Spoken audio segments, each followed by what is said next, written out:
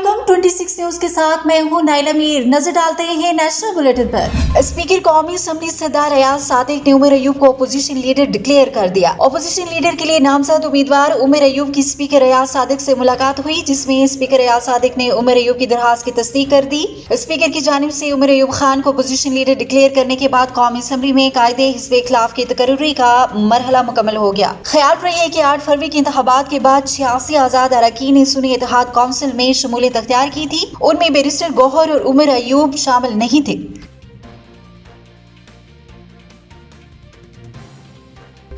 वज़ीर आला खैबर पख्तूनख्वा अमीन गंडापुर ने मखसूस नशिस्तों पर मुंतखब होने वाले अपोजिशन अरकान के हवाले से कहा है कि गैर कानूनी तौर पर रुकन बनने वालों को हल्फ नहीं लेने देंगे। वज़ीर आला KP ने कहा कि हम इन गैर कानूनी लोगों को हल्फ नहीं उठाने देंगे। हम किसी तौर पर अपने आईनी हकूक पर समझौता नहीं करेंगे। अवाम ने हमें मैंडेट दिया है, हम आइन के तहफ़्फ़ुज़ के लिए हर इक़दाम करेंगे। उन्होंने कहा कि आइन की पासदारी पाकिस्तान के हर शहरी पर फर्ज है। मुल्क में बार बार आइन को तोड़ा जा रहा है। आइन में 90 रोज में इंतखाबात कराना होते हैं जो कि नहीं कराए गए, जबकि हमारी इंटर पार्टी इलेक्शन को मुतनाज़ा बनाकर निशान छीन लिया गया, मखसूस नशिस्तें छीन ली गई। वज़ीर आला KP का कहना था कि ये सारा निजाम एक रोज बेनकाब होगा। किस तरह से हमारी सीटें किसी और जमात को दे दी गयी। मैं वाज़ेह तौर पर कह रहा हूँ, हम इस चीज का मुकाबला करेंगे। हम आखिरी हद तक जाएंगे, हम पीछे नहीं हटेंगे। अमीन गंडापुर ने सवाल किया कि 9 मई पर जुडिशल कमीशन क्यों नहीं बनाया गया। साइफे पर अभी तक क्यों जुडिशल कमीशन नहीं बनाया गया। 6 जजेस के खत पर फुल कोर्ट क्यों नहीं बनाया जा रहा। उन्होंने मजीद कहा कि पार्लिमानी पार्टी के इजलास में आइंदे के लाए अमल से मुतल्लिक करारदाद पास करेंगे।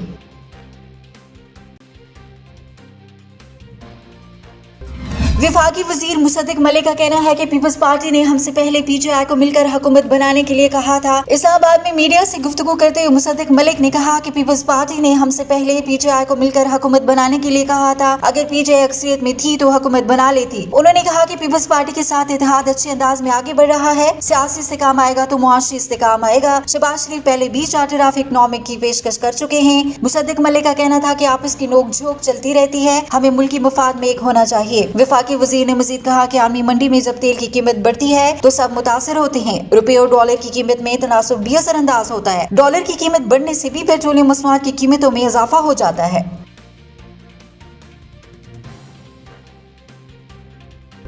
वफाकी वज़ीर कानून आज़म नज़ीर तारिड़ ने कहा है कि जस्टिस रिटायर्ड तसद्दुक़ हुसैन जिलानी को कमीशन का सरबराह बनाने से पहले उनसे रजामंदी हासिल कर ली थी। वज़ीर कानून आज़म नज़ीर तारिड़ का कहना था कि उन्हें सुप्रीम कोर्ट की तरफ से 100 मोटो लेने पर हैरानी नहीं हुई, क्योंकि जस्टिस रिटायर्ड तसद्दुक़ हुसैन जिलानी की कमीशन से लैदा होने की इत्तला 100 मोटो नोटिस से 1 घंटा पहले वज़ीर आज़म हाउस में आ चुकी थी। वज़ीर कानून ने कहा कि काबीना की तरफ से कमीशन के TROs की मंजूरी के बाद वज़ीर आज़म ने मुझे दोबारा तसद्दुक़ जिलानी से राबते का कहा तो उन्हें TROs भी भेजे गए, जिसके बाद उन्होंने कमीशन का सरबराह बनने की पेशकश बखुशी कबूल की। आज़म नज़ीर तारिड़ ने कहा कि तसद्दुक़ जिलानी के इनकार के बाद सुप्रीम कोर्ट की जानिब से 100 मोटो लेना दुरुस्त फैसला है, लेकिन मुझे लगता है कि आर्टिकल 184(3) के दायराकार में सुप्रीम कोर्ट हकाइक की इंक्वायरी नहीं कर सकती। इनका कहना था कि शायद माजी की तरह इस मामले में कमीशन बनाया जाए या सुप्रीम कोर्ट खुद इस मामले को देखे, क्योंकि मामले में जजों की मौजूदगी की वजह से शायद JIT बनाना मुनासिब न हो।